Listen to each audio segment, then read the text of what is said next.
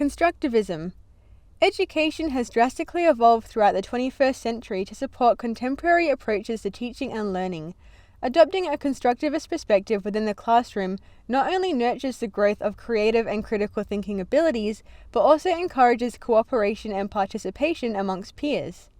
This theory favors discovery, exploration, and authentic learning experiences in order to develop a deeper understanding of a topic. Cognitive theorist Jean Piaget formed his stages of cognitive development by studying how biological and environmental factors influence intellectual competence in a sequential manner from birth to adulthood. While it is evident that students acquire the ability to problem solve and hypothesize infinite possibilities by the time they reach high school, there are many inconsistencies in Piaget's theory such that not all children reach the same milestones at a distinct age. Therefore, it is imperative to build relations within the classroom and form a strong understanding of how each student learns in order to accommodate for individual learning styles, cognitive development, and to implement appropriate assessments to encourage exploration and promote engagement amongst all students. Constructivist approaches to teaching builds upon student prior knowledge and intertwines new information with past experiences. Thus, it is imperative to understand that learning outcomes will differ between each individual student. It is important to acknowledge the work of theorist Lev Vygotsky as he expanded upon Piaget's theory of cognitive development and advocated the notion that there is a strong correlation between social interaction and attaining knowledge. Furthermore, Vygotsky developed a concept called the zone of proximal development, or ZPD, which when properly administered by the teacher enables the implementation of challenging yet comfortable tasks that allow students to complete the activity with minimal assistance, thus promoting progression and expansion of their understanding of a topic. Collaborative interaction within the classroom is of utmost importance when forming meaningful learning experiences and facilitating the attainment of new knowledge. A prominent constructivist teaching strategy is cooperative learning. This student-centered approach to delivering content not only provides opportunities to build interpersonal relationships, but encourages students to recognize and appreciate the strengths of their peers and respect differing perspectives. In addition, there are 3 significant learning styles that must be carefully considered when designing lessons and assigning assessments: kinesthetic, auditory, and visual. Therefore, adapting the curriculum and modifying tasks to inspire students to investigate and explore a topic outside the classroom is paramount in constructing comprehension. To develop intrinsic motivation amongst learners, activities must be authentic, sparking their curiosity and creativity that provides a stepping stone to their path to success. Students must be active learners to form a deep understanding, and that the process and experience is more valuable than the final product. Thus, including a variety of learning experiences in the classroom such as discovery, inquiry, and problem-based learning not only enhances metacognition and higher-order thinking skills, but also promotes active participation and engagement amongst learners. Externally set tasks. Externally set tasks, or ESTs, are mandatory examination-style assessments that the School Curriculum and Standards Authority of Western Australia developed for all Year 12 students that are enrolled in a general or foundation unit. This assessment is conducted during specific weeks in Term 2, with structured guidelines and syllabus information disclosed to the school 3 terms prior to the test, thus giving teachers adequate time to support and prepare their students for the EST. The EST is a 50-minute written standardized test that has a final course weighting of 15%. Therefore, it can be classified as a summative assessment. A marking key is provided to the teacher in order to ensure consistency across all schools with a set timeline to upload marks and distribute feedback to students. Furthermore, the intention of an EST is to not only test student knowledge and performance, but to also maintain accountability amongst teachers in regards to their marking principles. Student samples must be sent to the authority where moderation and independent marking will take place. Reports with feedback are subsequently sent back to the teacher for the purpose of reflecting upon their marking standards. In the case of a discrepancy where marks drastically deviate from the statewide average, the teacher must make adjustments to their grading practices for the remaining assessments of that particular course. In addition, special provisions may be applied for select students with a disability, illness, or other barrier that could potentially hinder their ability to successfully complete the EST. For example, a student who has been formally diagnosed with autism spectrum disorder may experience difficulties concentrating or anxiety that impedes their ability to perform well in a timed task. Thus, granting rest breaks, additional time, and special seating arrangements may reduce the susceptibility of their condition negatively impacting their potential. Other examples of adjustments include, but are not limited to, alternative paper formats with braille or a larger typeface, access to computer technology or a support person, and alternate test environments. Schools are not required to report special provisions of an EST to the authority. However, meticulous documentation must be undertaken by the principal in the case of an audit. Students must only write their student number on the front cover of the booklet in order to maintain their anonymity and to avoid bias from the teacher.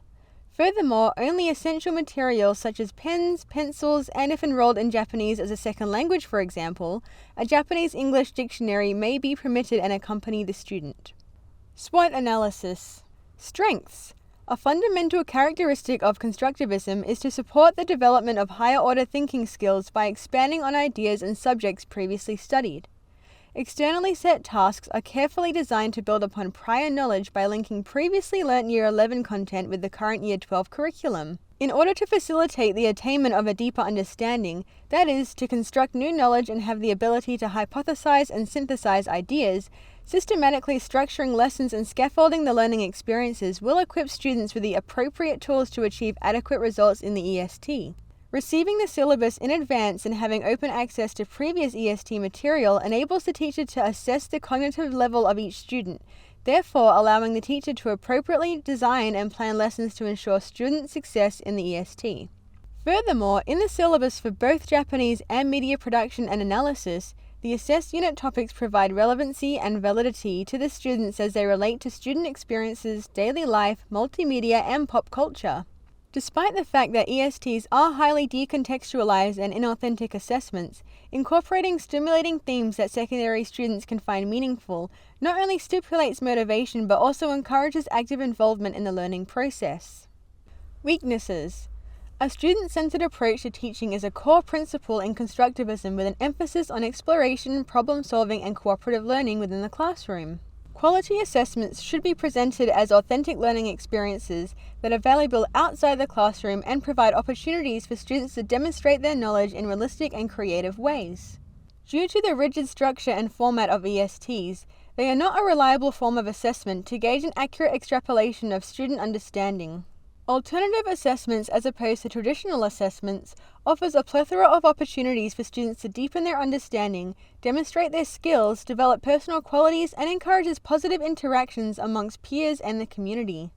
Therefore, ESTs are inadequate forms of summative assessments because students are extrinsically motivated to engage only in surface-level learning where they are examined solely on writing skills and memorization, thus dissuading students to continue their academic journey beyond Year 12. Australian schools are spaces with a wealth of diversity, thus it is critical to consider the vast spectrum of learners within any given class and to accommodate for the individual learning style of students to give them the best chance at reaching their potential and achieving their goals. ESTs fail to differentiate their curriculum to support the specific needs and strengths of students, which results in disengaged learners with minimal effort and participation during lessons. Opportunities. The ESTs provide an opportunity for teachers to reflect upon their practice and assessment principles. Implementing a uniform assessment across all schools ensures accountability, consistency, and fairness throughout Western Australia, in which teachers have the chance to collaborate and compare their grading standards with their fellow colleagues. Being open to feedback and having the ability to reflect professionally not only demonstrates growth and development as a teacher, but also signifies a willingness to learn and take responsibility. Logistically speaking, obtaining a fresh perspective from a peer can prove to be difficult for secondary teachers. Thus, receiving objective feedback from an external source is exceptionally valuable in becoming an effective teacher. Furthermore, this initiates a positive washback effect as constructive feedback given by the authority is beneficial in identifying areas that need improvement, resulting in the teacher establishing a cooperative relationship with the student in order to actively work together to achieve a common goal. Threats. There is a strong correlation between student achievement and school funding, such that high averages equate to more funding for a quality education. The implications of placing tremendous amounts of pressure on secondary teachers greatly impacts a teacher's ability to deliver the syllabus effectively. The constraints of an EST results in inflexible lessons that rigorously focus on passing the EST, neglecting the importance of explorative and inquiry-based learning, thus leaving students with a superficial understanding of the topic.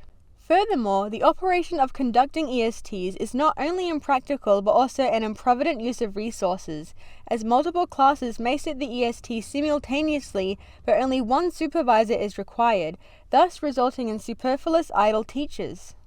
The teacher should play an active role in providing enriching learning experiences to students in order to build connections and develop new knowledge through meaningful tasks. However, ESTs deny students the opportunity to interrogate, investigate, and broaden their understanding of the subject by enforcing strict examination policies during the assessment time.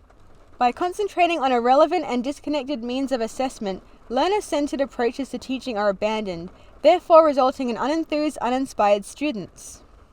Furthermore, administering the ESTs induces a sense of exhaustion and stress amongst teachers and students, which can lead to dire consequences such as inattentiveness, poor psychological well-being, and withdrawal from school, ultimately resulting in lackluster lessons that are absent of meaningful learning experiences.